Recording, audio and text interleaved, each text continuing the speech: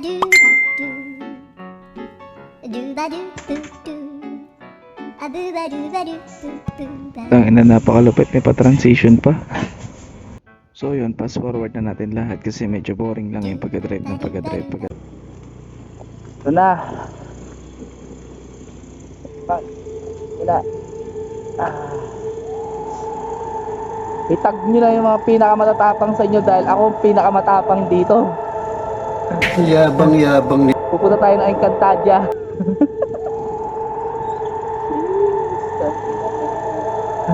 Walang dumadaan. Ayos na yan.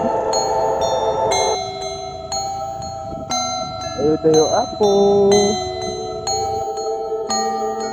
Dayo-dayo apo, salitang Ilocano na ang ibig sabihin ay tabi-tabi po.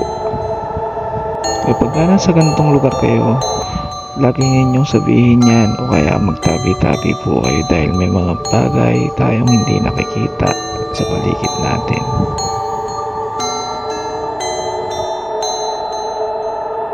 At ito na nga, sa unang tingin talagang kakabahan ka dahil akala mo ay nakatayo dun sa dilim. I-zoom natin para makita nyo. Yan talaga, unang tingin mo pa lang akala mo may nakatayo dyan sa gilid mo. Kaya nasa ganitong lugar talaga kayo, yung imagination mo talaga sobrang likot. Kayo ba, pagka pumunta kayo sa ganitong lugar, may nakita kayong ganyan sa malayo, tutuloy ba kayo? Sa mga punto na to, mas lalo ko na lang tinatanggal sa isip ko yung mga na-imagine kong bigla na lang may tatayo dyan. Ako lang pinakamatapang dito. Siyempre pagka inisip mo ng inisip kasi ang mga bagay na yan, lalo kang panghinaan ng loob hindi ka natutuloy, siyempre matatakot ka, kakainin ka ng kaba mo eh. Tulad na ito, isa pa yan, pag sa malayuan may imagine mo talagang may white lady sa gitna ng daan, di ba? Nakakatakot naman to. Ilaw-ilaw kahit pa paano. Pero pagka nakalapit ka na pagkat lang yan. Sa mga ganitong sitwasyon, sarili mo lang talaga ang tunay mong kalaban. Dahil pag natakot ka, Walang mas tatapang sa mga Lalamove rider. Dahil Lalamove rider kami. Lalamove.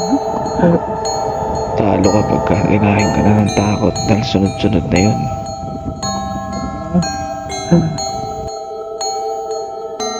Pero syempre, kakainin at kakainin ka ng kaba. Tulad ko kanina, kinain ako ng kaba dyan kasi akala ko talaga white lady na pag kurbada ko may kulay puti. Kurbada kasi yung daan, tapos akala ko pagliko kung gano'n may nakatayong kulay puti dun sa gilid. Ina-joke lang po. Sobra. Di po ako matapang. Walang manggugulat, walang lalabas sa dilim.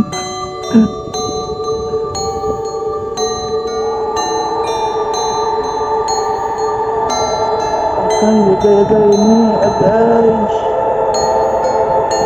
agay. May aso pa. Puta.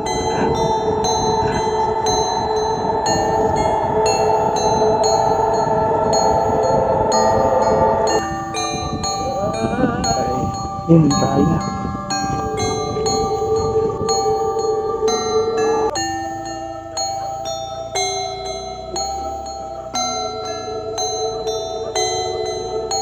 Ang lakas ng hangin.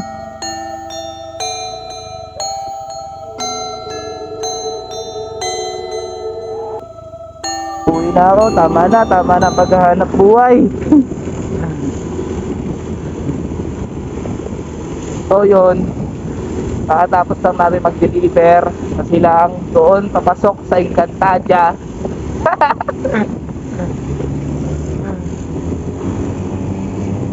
Uy, boyo.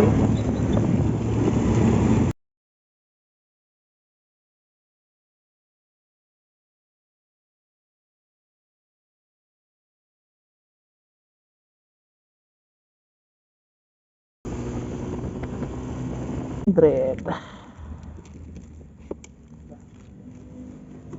Mga client ninyo, iniingatan nyo yung mga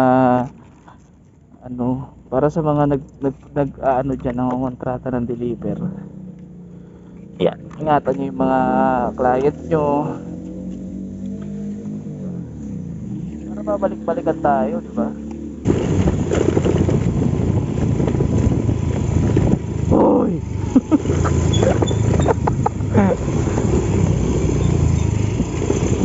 Ang ina, bigla ako naalala, patay na pala si Mike Enriquez, no? Grabe. Condolence po.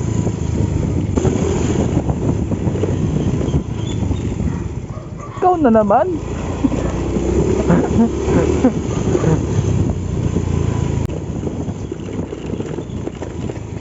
Ang ina, may namukbang na aso dito. Oh.